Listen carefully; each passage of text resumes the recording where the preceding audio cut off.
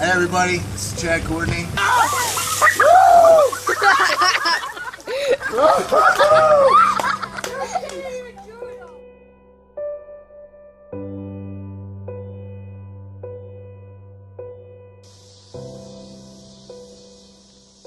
I picture in my mind him walking through the front door. Hey, Mom! You know, he was 6'3" and weighed about 240 pounds, and you know, he certainly wasn't quiet when he came through the front door. But you know, he had the best hugs.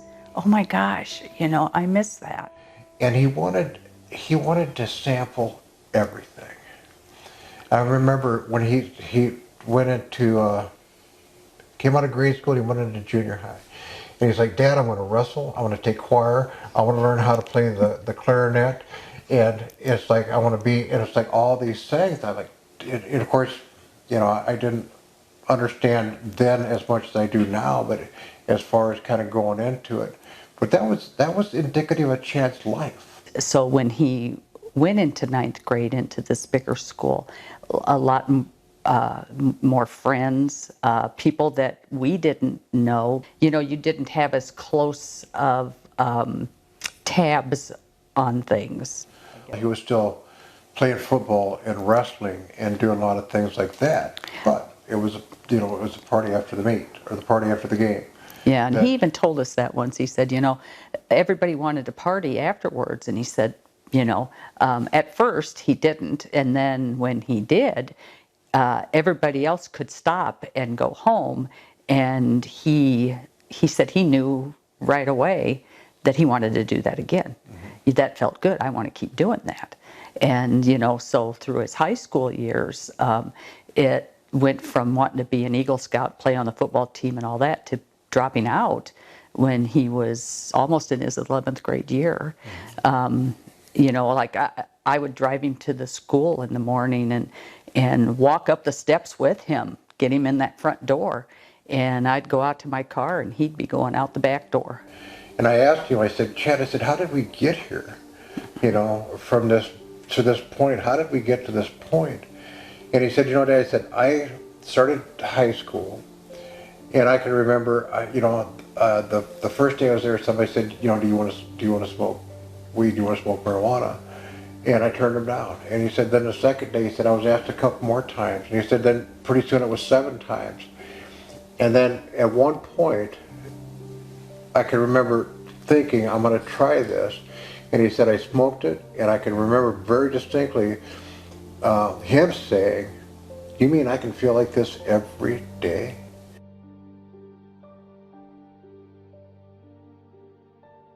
If we denied him going somewhere, or we didn't feel safe, you know, with him going somewhere, you know, he would get just so fidgety.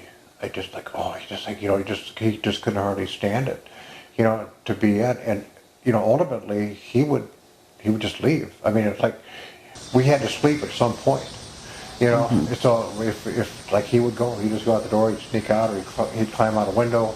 And like Dad said, you know, we might lose him for 2 or 3 days. Mm-hmm. You know, and find him, it's like some rundown trailer someplace. So it's just a big party house.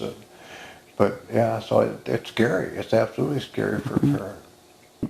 Let me just say, we were very open with him. We talk openly with him about his substance use.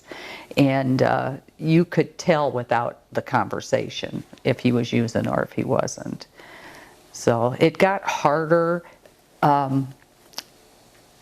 after he was out of the house, because then you were in constant worry about what's he doing, you know, what's going on, am I going to get a phone call tonight? You know, he ended up doing some jail time. You know, he picked up on OWIs, and it was almost a relief when he was in jail, just because you could go, oh, you know, I know where he's at, I know he's safe. I know that doesn't sound good, but you know, after you've done this for a long period of time,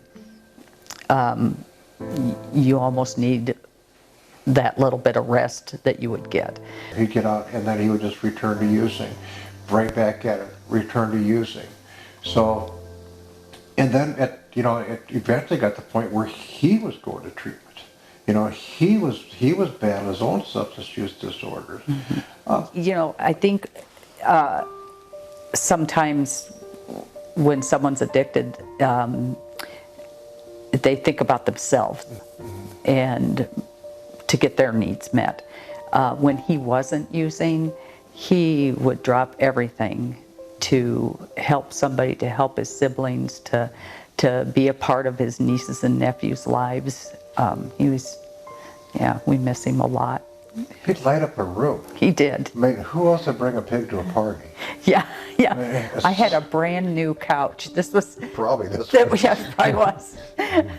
And he had gotten his daughters a little pig, a real pig, and he came in the front door with this pig, put it right on my new couch. And Mom, I got a I pig. was like, well, Chad's here. Yeah. We see that. Yeah. We see that that's a pig, but it's like that, and it's like, sometimes it was frustrating, but now looking back, it's like such a zest for life. Yeah. It was such a zest for life in him. When his daughter was born, he came with her in his arms, came running out to the waiting room where we were at. Mom, Dad, look what I made! Look what I made! It was just this, like, you couldn't help but smile when you were around him. Chad used to talk about, there's two Chads. He said there's a using Chad and there's the non-using Chad. And I always think that's so very accurate. And I think about, I don't know, I'm dating myself a little bit, but back the old days, there was cartoons where there was like an angel on one shoulder and a devil on the other shoulder. Yeah, so you remember those. So there's like, and they're whispering, so there's like the non-using Chad on this shoulder and the using Chad on this shoulder, and the using Chad's got one job every day, and that's to get him to use. You deserve this. You can just use one time. It's like, this job sucks. And then there's this non-using Chad that's saying, what about your kids? What about your parents? So it really is, and I've as time's gone on, I've learned more about this. It really is a disease of the brain. It's generally a disease of the brain. And to fight that is such a formidable foe that it's hard to even comprehend. A lot of his friends that he grew up with used, and a lot of them are doing well today, so they were able to use and then continue on into their adulthood. He wasn't. And at no fault of their own, but it's like the people that can use and not use abusively. It's the people that can go to dinner and have a glass of wine. Or there's, the people that go to the football game, the tailgate, and they have a couple beers and snacks. There's always that desire to return to having the ability to use normally. And that trick back to those two voices, it's like, you can do this. You've been sober for 6 months. You mean you can't have a beer? Well, nobody would drink themselves smart. So it's like, there's a beer, then there's two beers, and then your defenses get down, and it's like, well, do you want to hit this? And then it just kind of compiles. But for me, it's like there's still that piece that no matter what's going on, it's somewhere deep down inside there will always be that desire for, this is a terrible word, but normalcy. Mm. So he had a spell about 9 months of not using, and he was working, and he was actually doing carpenter work, and he suffered an injury to his shoulder, and it was a pretty bad injury. Went to the doctor, and they put him on opioids.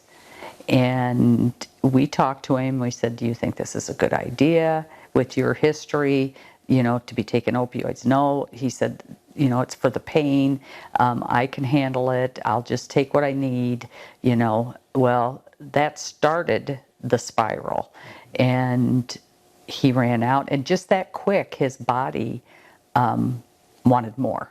And so he ran out of prescriptions with his doctor. The doctor wouldn't give him any more. Then he started doctor shopping. He'd go to different doctors.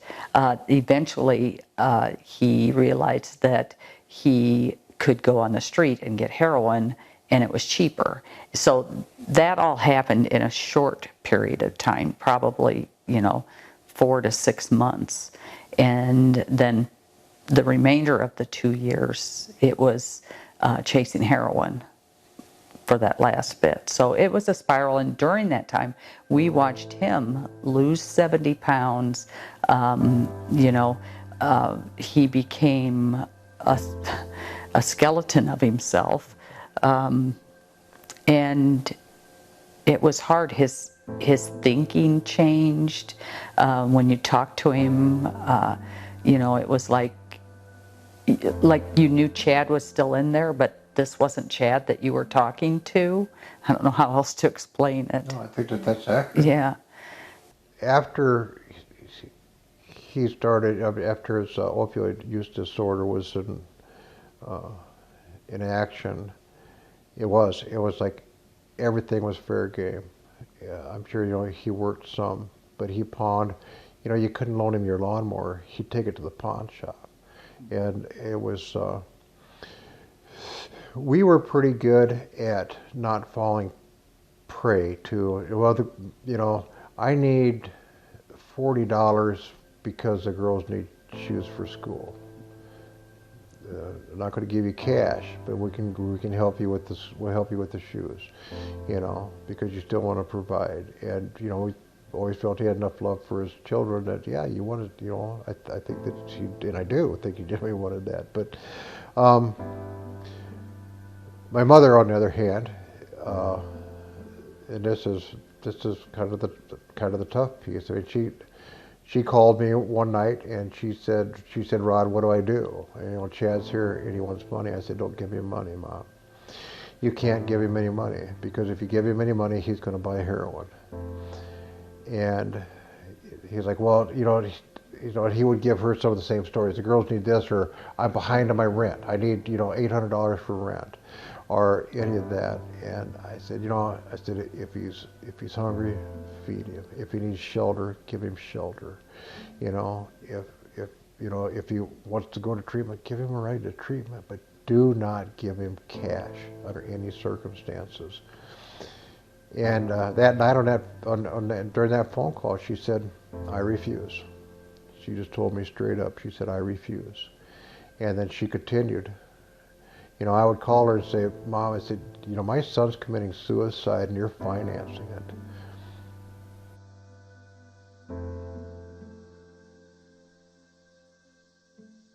Yeah, so it was tough to watch, and it was like it was a fast-moving train that you couldn't stop. Right before, about 6 weeks before he died, we actually got him into treatment. And that last time that he went to treatment, it was so hard. There was a lot of stigma. He had decided on his own that he was going to quit. So he went to a local hospital, and they gave him some medication and sent him in a cab down to the local treatment center. He got out of the cab, took the bottle of pills, and ended up back at that same local hospital in intensive care. So they called the doctor down to do an evaluation, and my daughter and I were standing off to the side, and the doctor walked up to the nurse's station and said, "Where's the junkie?" Do you know how that feels as a parent? Mm-hmm. To have someone say that about your child? No, that's my son. He's my son. What led the addiction to finally catch up to him? It was when he got out of treatment. He left early. He stayed there about almost 4 weeks. And he had a wife at home, he had 2 kids. I think the pull was there. You know, he was missing everybody. So he left. And within a couple days, he was back using again. The drug dealer was right there, knew that he was back. Again, Chad's choice, but he just put himself back in the situations again. So, But you know, the choice thing, and I've pondered and mulled over this. It's like I just think that it's a choice, but it's a, I don't even know what to call it. It's a damaged choice. mm-hmm. You know, it's a choice from a damaged brain. I had to deal with that after Chad passed, because I went through the Rolodex in my mind. It's like, what could I have done differently? You know, I just lost the battle, and it felt personal. It really did. It felt personal. That it's like, as a parent, it's like, I need, you know, I'm going to do this. You know, we could win this. And then after he died, you know, it's like I really felt that, you know, I had failed as a parent, and it took a lot of talking and a lot of talk with other parents to say, no, you did everything you could, and I really think we did everything. So. What do you think Chad would say to anybody that's struggling? You know, this is probably a little bit off your point, but the last conversation I had with Chad, actually Debbie and his sister had gone to Davenport to pick him up. So it's about an hour. I was working in Cedar Rapids, and we started talking, and I said, Chad's very philosophical, very deep thinker. So we got into a conversation about everything along the way. And he was on fire for recovery. That night he was on fire. He wanted to make a difference. And he told me, and this is the kind of humbling, he said, Dad, he said, I want to do what you do. And I said, what is that? He said, because, you know, I've been an addictions counselor. You know, I've trained as a social worker. I worked as a probation and parole officer. I'm in recovery myself. He said, I want to do what you do. He said, I just want to make a difference. That was one of the last things that he said to me. He said, Dad, I just want to make a difference. So the only thing I can say, because, you know, he basically gave his life for this, is to do what we're doing. And that's to bring people together, connect them, connect community, and just know that there's hope. I think that's what he would like people to know, that there is hope and that it is possible.